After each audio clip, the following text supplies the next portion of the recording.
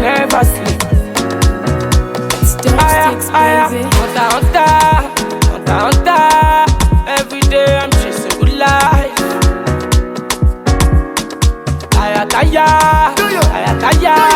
Roller coaster. Kunle Pelemo, simply called KP, is committed to nation building.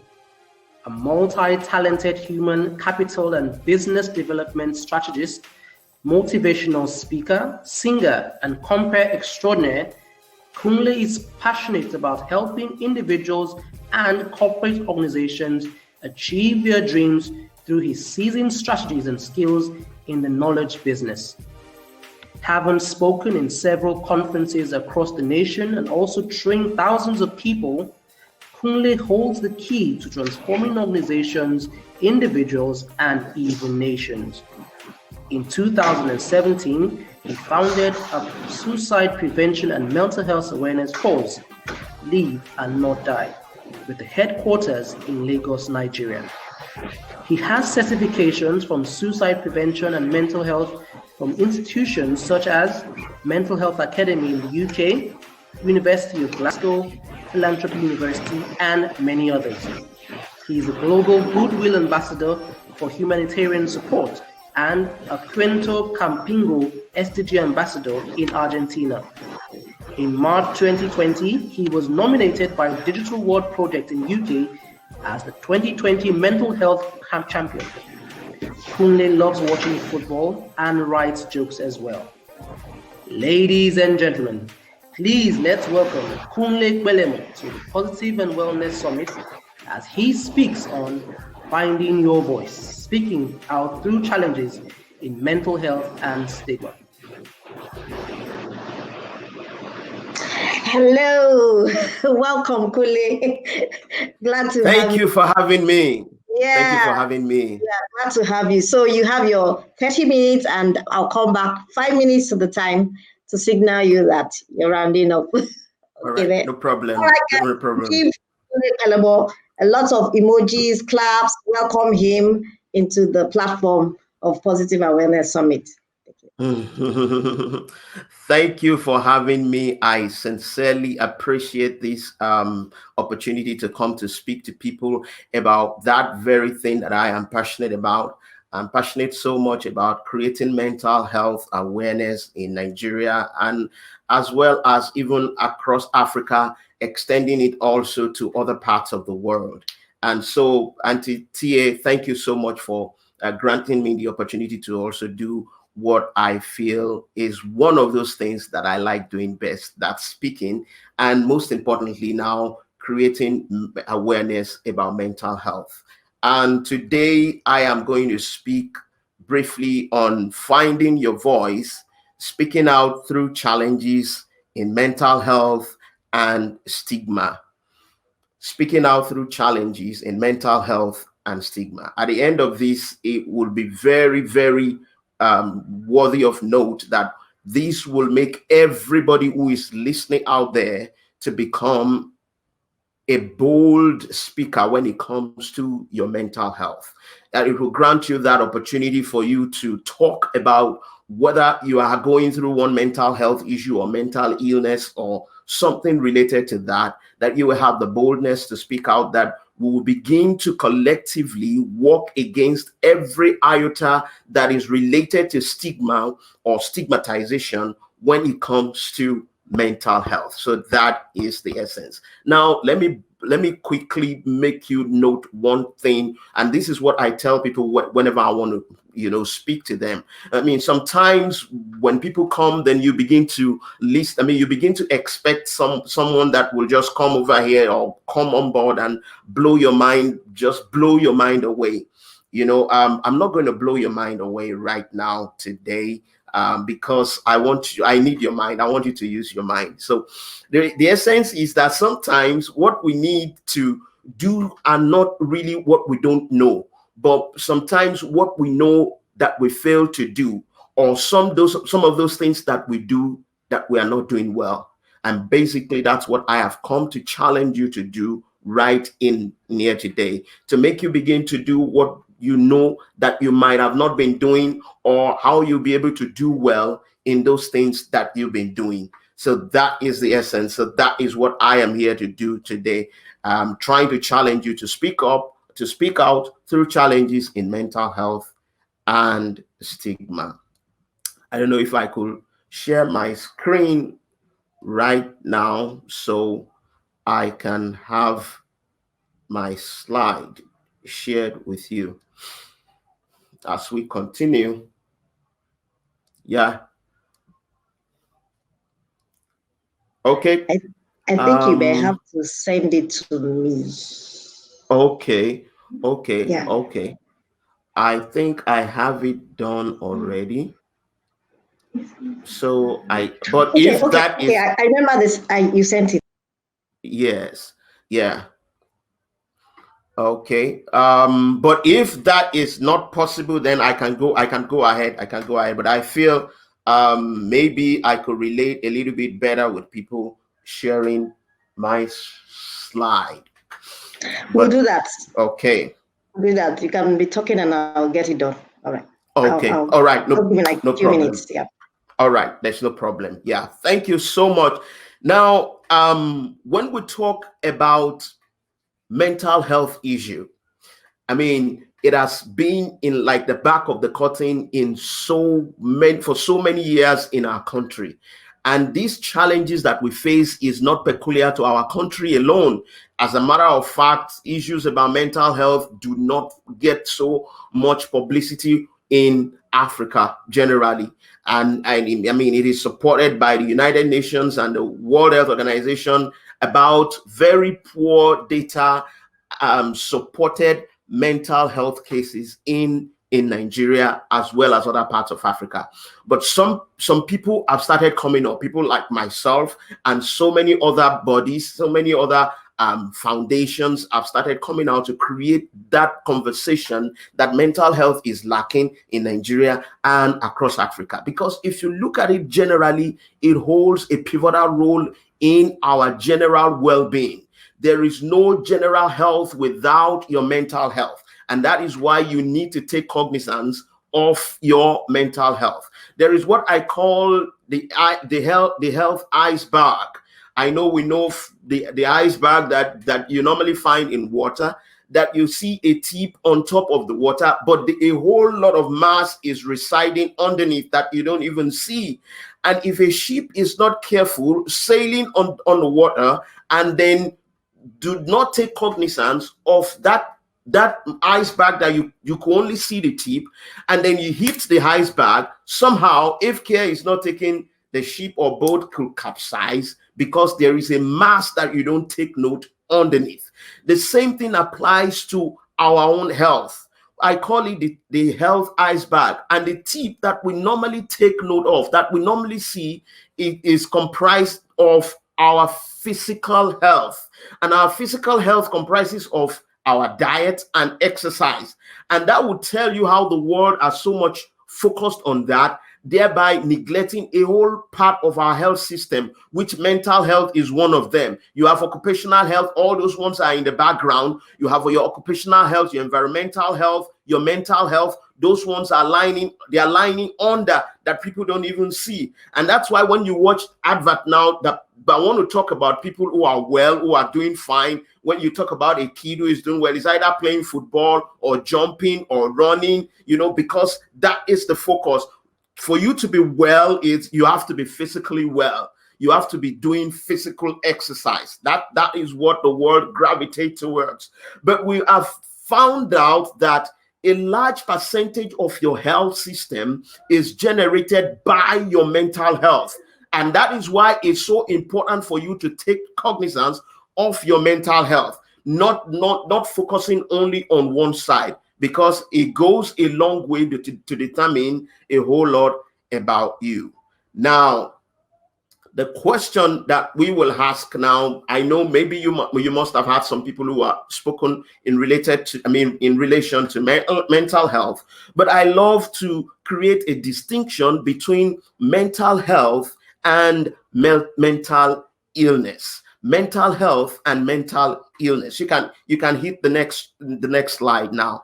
Because a whole lot of people, when you hear, you can hit the next slide still. When you talk about mental health, we confuse the two, because although sometimes we hear the term mental health and think about mental illness, the two are not the same. The reason why I need to categorize these is because along the line, this will be helpful while we are talking about speaking out, so that you will be able to understand that even each and every one of us, we are totally involved in what we are talking about in here today. Because when we talk about mental health now, a lot of people begin to think about mental illness. Not even in Nigeria, when you talk about anything that has to do with mental health, they talk about madness. So that's why people find it so difficult to speak up sometimes, because they don't want to talk about mental health, because it is associated with lunacy, with madness. I mean, you know, when you speak to somebody that you might be having mental health issue, the next thing is God forbid, you know, because they don't want to go to the psychiatric hospital. It is more than that. Hit the next slide. Because mental illness, there are such disorders that occur in the brain, like depression, schizophrenia, bipolar disorder, or OCD. Those are illnesses. But the fact still remains that these illnesses, they are like other illnesses. Like you just coming openly to talk about you having malaria, like you coming openly to talk about you having dysentery, diarrhea, you're having headache, and all the rest.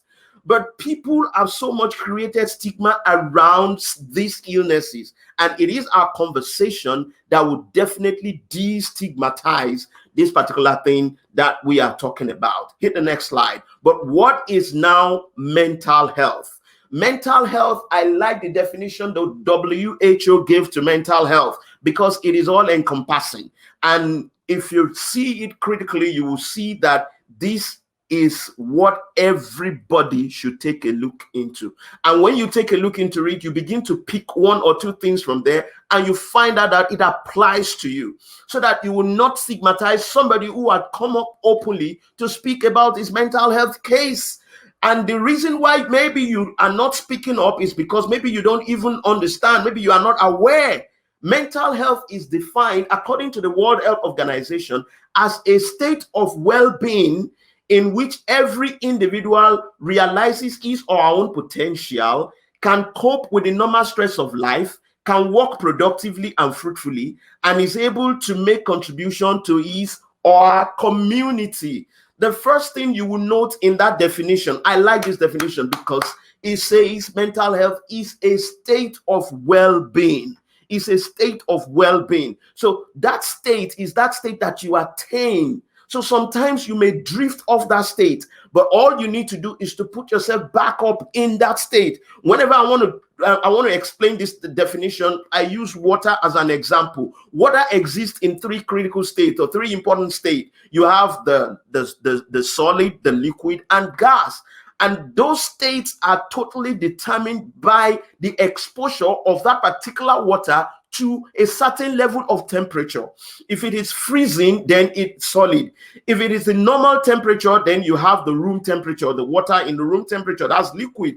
And if it is getting to the boiling point, then it begins to evaporate. Then you have the gaseous state of water. So that means whatever you expose yourself to when it comes to your health, and so many other things that will definitely deal with your mental health, it is what will determine that state. So each time you need to now regulate to bring yourself into that state that you want. So, and then you look at that definition, it talks about a state of well-being in which every individual realizes his or her own potential. The next one, I like it, can cope with the normal stress of life. So that does not dispute the stress that you are going to have in life. You're still going to get exposed to traffic. You're still going to get exposed to things that you don't like. Someone is still going to get mad at you. Your boss is still going to talk to you. And then you're still going to experience some socioeconomic distress as a result of the economy of the country. But your ability to cope is what really matters. And if you find it out truly, there is no one who is free of the stress of life, because in one way or the other, stress is a way of creating a balance for us in life.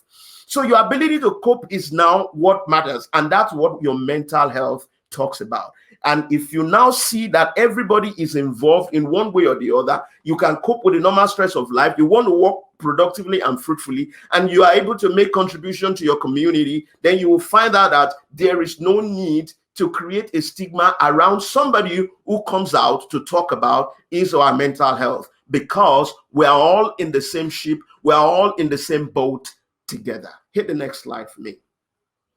So, having defined that, it is important for us to note some critical statistics about mental health generally in the world. It is said that about 30% of Nigerian population suffer from mental illness. It's huge. And I am so sure because of our, irregularities in data collation and all those stuff, this might so much be more than this. And considering what the world has experienced in a couple of months ago now, the pandemic and so many other related issues, I'm sure it will have skyrocketed. Then 1 in 6 of us will experience mental health problem in any given week. Take 6 people and put them in a room, 1 of them will experience mental health problem in any given week. 1 in 30 experience post-traumatic stress disorder. That's PTSD. You see a whole lot of happenings now. As a matter of fact, after the protest, I've gotten a whole lot of people calling me and talking to me about their personal experience, what they witnessed, and such things replay in their memory, and it causes a kind of trauma in them. And that is what PTSD is all about. It's a kind of disorder as a result of what you either experienced or you witnessed. So some people witnessed some killing, some people witness brutalization, some people witness a whole lot of things. So it creates experience in them. And then we have 1 in 30 experience that kind of thing. And that it has to do with your mental health. Children with anxiety disorder are less likely to receive treatment. And then the last one, depression rate rose to 65% with the advent of smartphone. And if you are using smartphone, if you don't use it so well, there is a way it can pile up a kind of mental health related issue in you, so that you find out that each and every one of us, the reason why I'm saying this is to lay the foundation that each and every one of us in one way or the other might have mental health related issue. But our ability to handle it starts with what we want to talk about in here today. That's how to find our voice and begin to discuss and create conversation and create awareness about this particular matter. The time has come to shun the stigma and begin to speak up. Hit the next slide.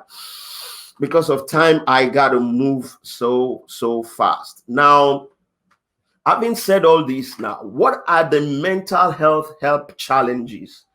What are the mental health help challenges? Before we can begin to get the help, let us know the challenges that we are facing. The first challenge we face is the awareness challenge. There had been poor mental health awareness in not only Africa, it's a global issue. People don't want to talk about it. But now conversations are going on to encourage people to speak up, because when you speak up, it is then your problem will be addressed.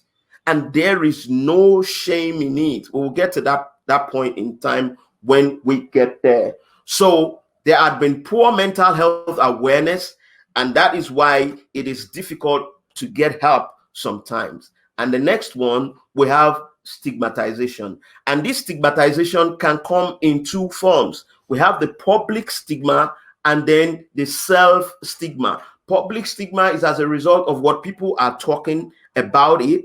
And then self-stigma is even what you yourself perceive about it. So if the public are not even talking about it, if you cook up something that if I talk out, if I speak up, what will people say about me? How are people going to take that? What's going to be the reaction of the people about me? And then you begin to see yourself in one way or the other. You begin to see yourself as someone who is of less importance in the society. That is self-stigma.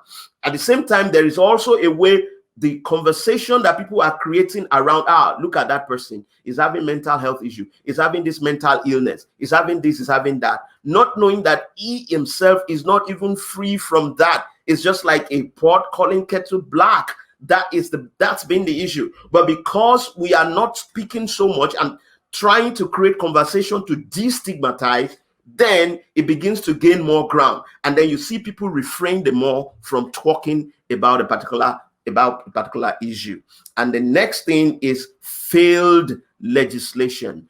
I must tell you critically that in Nigeria now, we are still operating very related to what we have in 1914 called the Lunancy Act. Lunancy Act of 1940, the Colonial Act.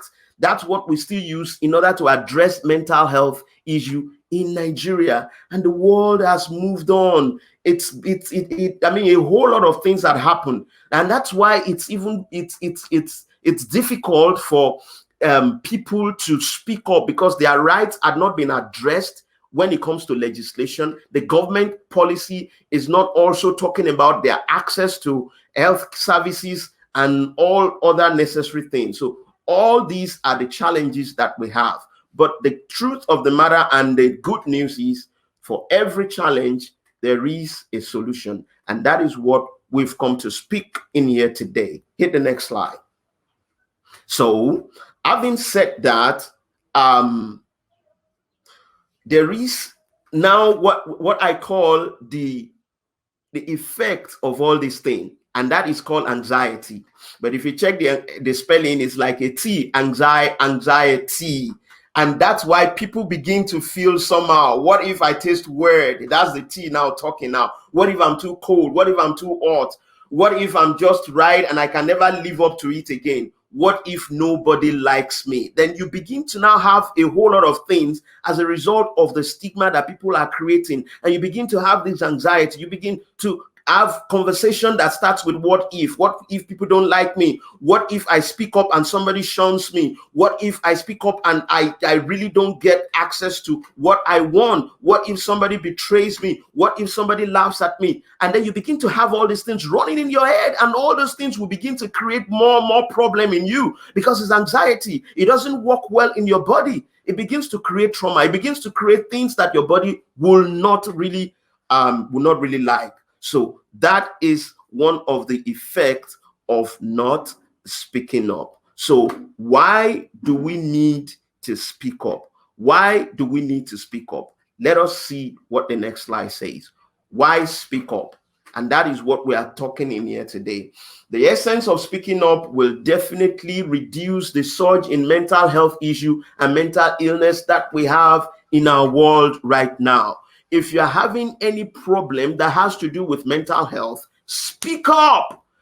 It will help in reducing the surge, because the more you keep it to yourself, the more it aggravates, and the more you deny yourself of whatever solution that is possible that you might have accessed by speaking up. And the truth of the matter is, you have a whole lot of people who still don't believe in this thing that we're talking about. And that's the essence of creating conversation around it. If somebody speaks about mental health related issue, they think it has to do with one witch in the village. You know, if somebody is having any mental illness, and that's why you see those kids who are having mental illnesses, they don't get access. Some people take them to the wrong places, and then some of them are even beaten. And that's, you know, they beat them up. They think, I mean, it's a demon that is responsible for that. And those are the things that legislation will definitely, address when it comes to play, because it is the right of those people, those kids, to go for medication. And so when you notice such, it is time to speak up in your kids, even in yourself. And another thing that speaking up does is that it helps reduce the stigma. It helps reduce the stigma. By the time you speak about it, somebody else speaks about it, and it begins to spread. And then the next point then will be made known, because it will now make you know that you are not alone. You are not alone. It is not peculiar to you. The way somebody else is suffering from such thing, someone else there is suffering from it. So that is it. I am not alone. You are not alone. So let us keep speaking up. That is the essence of speaking up. And another thing speaking up does is that it helps with necessary interventions. So it is when you speak up that we will know whatever intervention that we will need to make. So that is it. And then there is one word that I will want you to write down. This particular phrase, this particular sentence Wherever you are right now, you just put it down. You might write it in bold letters so that you will not forget, and then you go back to read for it. The essence of speaking up comes from you realizing the fact that asking for help is not a sign of weakness. Asking for help is not a sign of weakness. I don't know, wherever you are right now, wherever you are listening or you're watching, you can repeat that to yourself, that asking for help is not a sign of weakness. So it is when you ask for help that it even shows that you are strong. It takes strength to ask for help. It displays your strength when you ask for help. So don't see yourself as being a weakling when you ask for help. So that's what should push you to ask for help, because asking for help is not a sign of weakness. There is no shame about it. Because there is one thing I call the labeling secret, because the secret of labeling originates from either the labeler or you. So it is now your choice to not accept the label. So if someone calls you something, it's like putting a label in a cloth, and the label originates from the labeler. But if you accept it, that means you will let the labeler attach the label to your clothes or to you. So it is now your choice. It is within your power to not accept the label from the labeler. And this is how labeling, which is stigma now, this is how it works. It works with your perception. And you know what your perception does? Your perception is your reality. So when somebody talks to you about that particular thing, that, okay, people who are like this is how they behave, this is who they are, don't talk to this kind of people. And then you begin to perceive yourself in like manner because you have accepted that label. You begin to see yourself that way, and it works for you. And there is a circle in labeling. It comes from the outside, it gets within, and it finds its way back to the outside. It comes from somebody, it comes to you, and then you program it, and then you perceive yourself as such, and then it will now come outside. It begins to affect the way you relate with people. And that is why it is important that you destigmatize anything that has to do with your mental health by speaking up, because asking for help is not a sign of weakness. Hit the next slide. Let's move so fast because of our time. So I come up with some key lessons from some of my materials, and I found out that it's going to help you in finding your voice. This is the third of them. I just put it as one here. You will see number 3 there. You need to now start spending time with people who are good for your mental health. It will help you when you are speaking up. You don't need to, you need to spend time with people who are good for your mental health. People who will not push your mental health away, anything that has to do with your mental health, or put it down. People who will not even aggravate, whatever you are going through. People who will be a succor to you. So spend time with people who are good for your mental health. Next thing, next slide.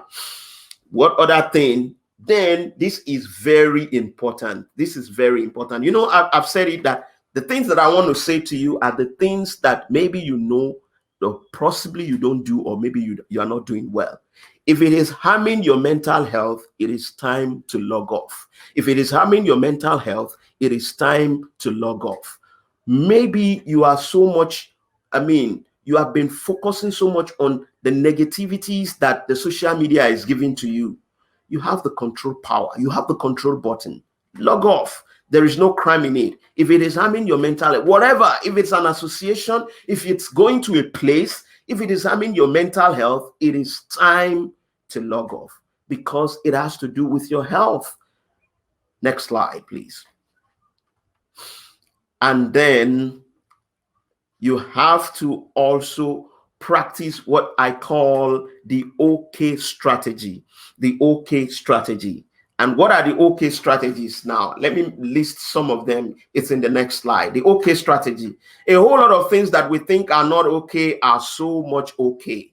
It is okay to cancel a commitment. Sometimes you just want to overrun yourself. You just want to overwork yourself. I know Coach Sam just spoke about burnout. Yeah, sometimes you do too much until you are totally burned out. It is okay to cancel a commitment sometimes. It is okay to not answer that call sometimes. You want to be on your phone all the time. You are available all the time. You want to pick that call all the time.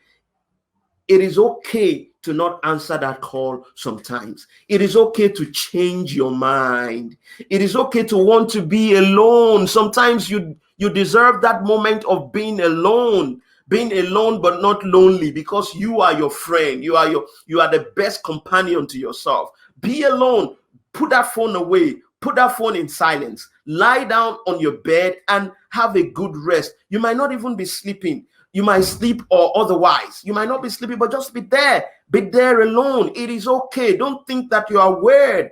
It is okay to take a day off. It is okay to do nothing sometimes. It is okay to speak up. It is okay to let go. I promise you, it is okay. If you consider this strategy, it will help you a lot, help your mental health as well, and as well help you speak up. And then there is one thing that you also need to do when it comes to helping your mental health, and it is in the next slide. You have to take cognizance of your physical health. You take cognizance of your physical health. And you know what your physical health is all about? Your physical health is about your diet and exercise. Your body had been conditioned by God naturally to help you when it comes to certain things. That is why there are certain chemicals in your body called hormone or neurotransmitters that is released in your body to help you. Some of them make you feel good, and some of them are released by this diet that we see, that the food that we eat sometimes. Maybe time will not permit us. Maybe some other times we could talk about the food and mood, the relationship between your food you eat and the mood. So somehow there are some hormones that are released as a result of the food you eat. So watch the meal that you eat, and then take time sometimes to also exercise yourself. And one exercise that is good, it's not only about going to the gym. There is one exercise called the breathing exercise. You can sit down in your room and breathe. And there is a way you breathe in, breathe out. It is called conscious breathing. And then somehow you have exercised your body, and you will release some hormones in your body. There is an hormone called endorphins. It is called natural painkiller. So if you have done exercise to an extent, your body will want to relieve you of that pain. It releases that hormone, and that hormone comes out. There are some hormones that are called the feel-good hormones. They make you feel good naturally. And so those are the things that you need to take cognizance of. So take cognizance of your physical health, which comprises of diet and exercise. And then do not forget what we have been saying repeatedly, that asking for help is not a sign of weakness. As a matter of fact, if there's anything that I want you to take home from this particular time that I have spent, it is the fact that you need to ask for help whenever you are in need of help, because asking for help is not a sign of weakness. That's about that. And then I think there is a couple of information that I might pass around, because I really care about your mental health. Can we just keep sliding one after the other? Let me quickly pass the information. Yeah, next slide. So it would be a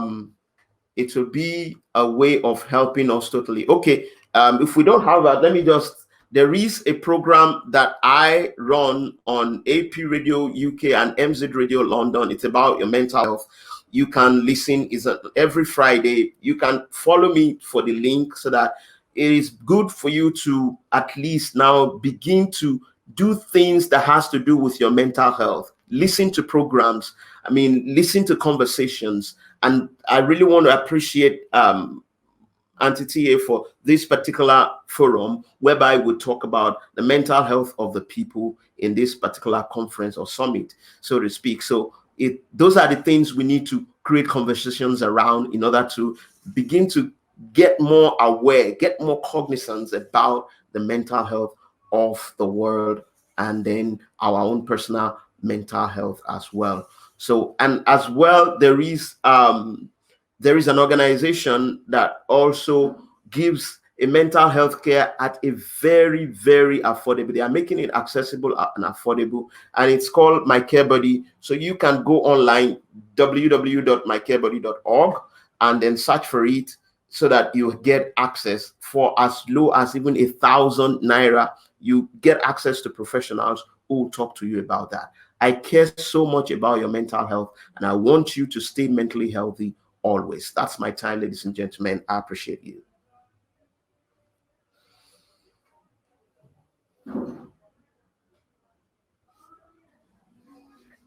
Thank you so much. I was trying to, the screen froze, so that's why I couldn't show the next two slides.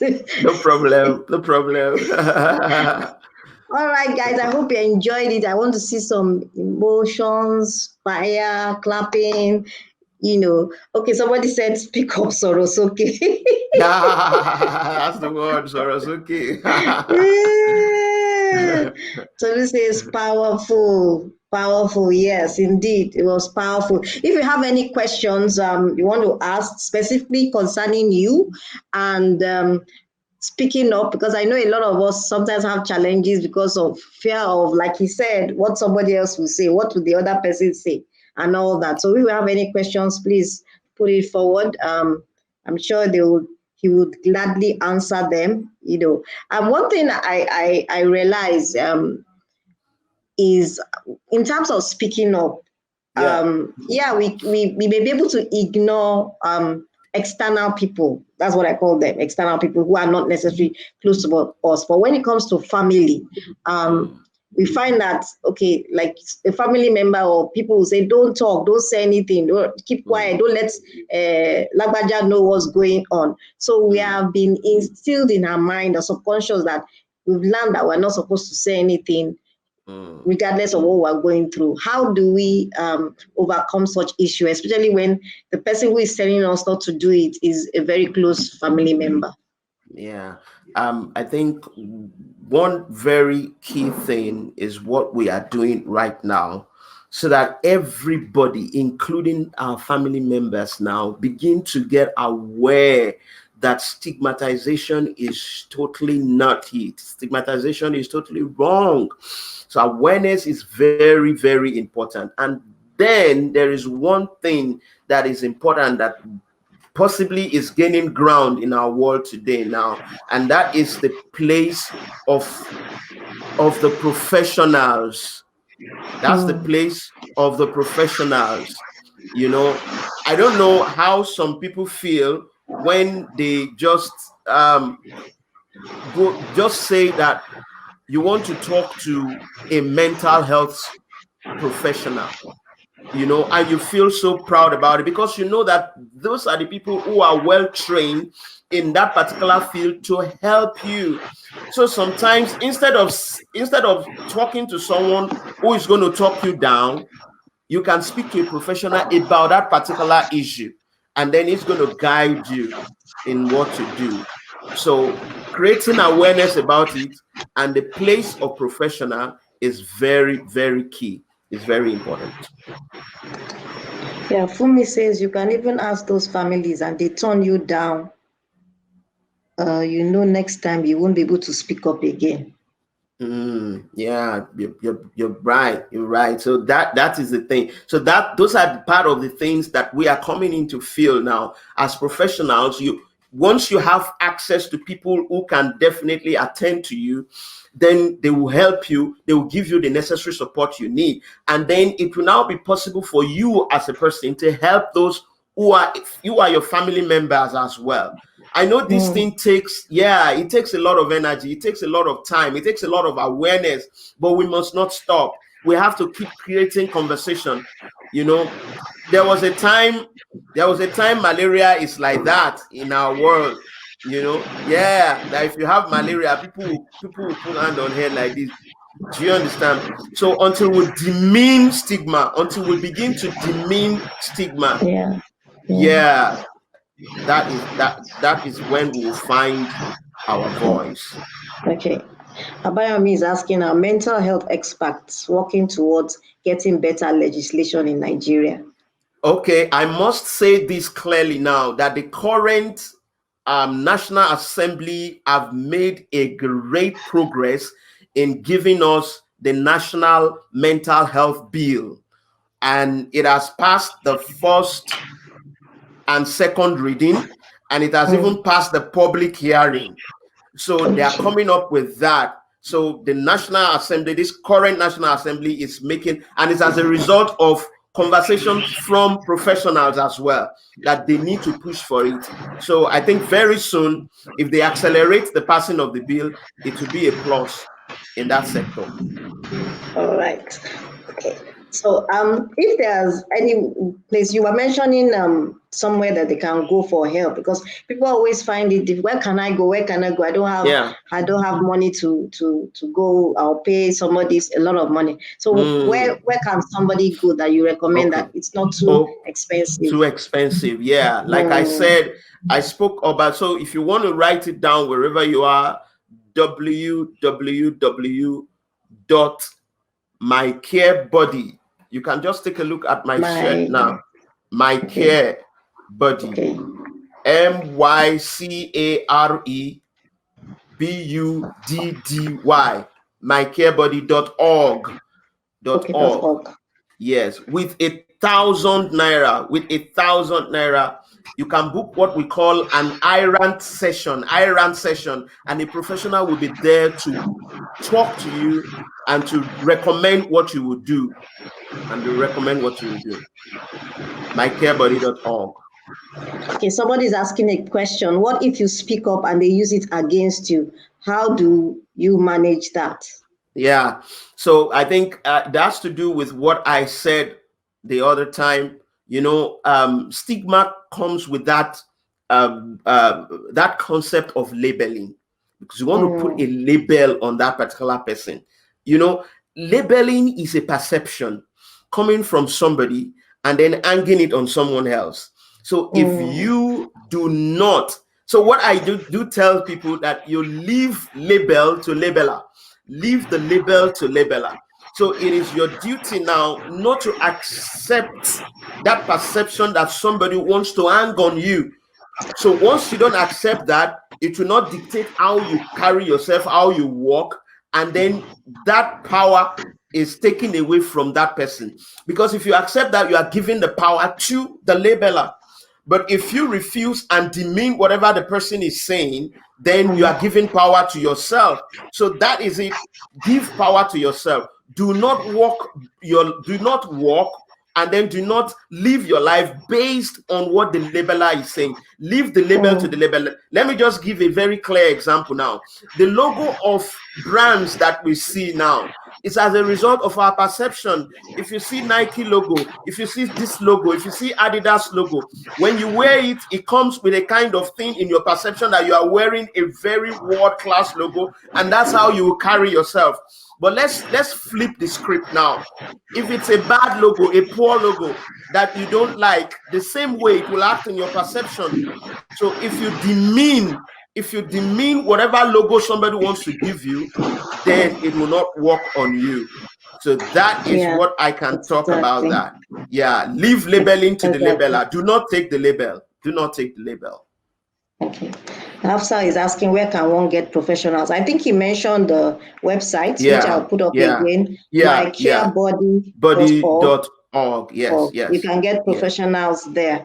Thank you so much, Kunle, for inspiring us with your message and talk.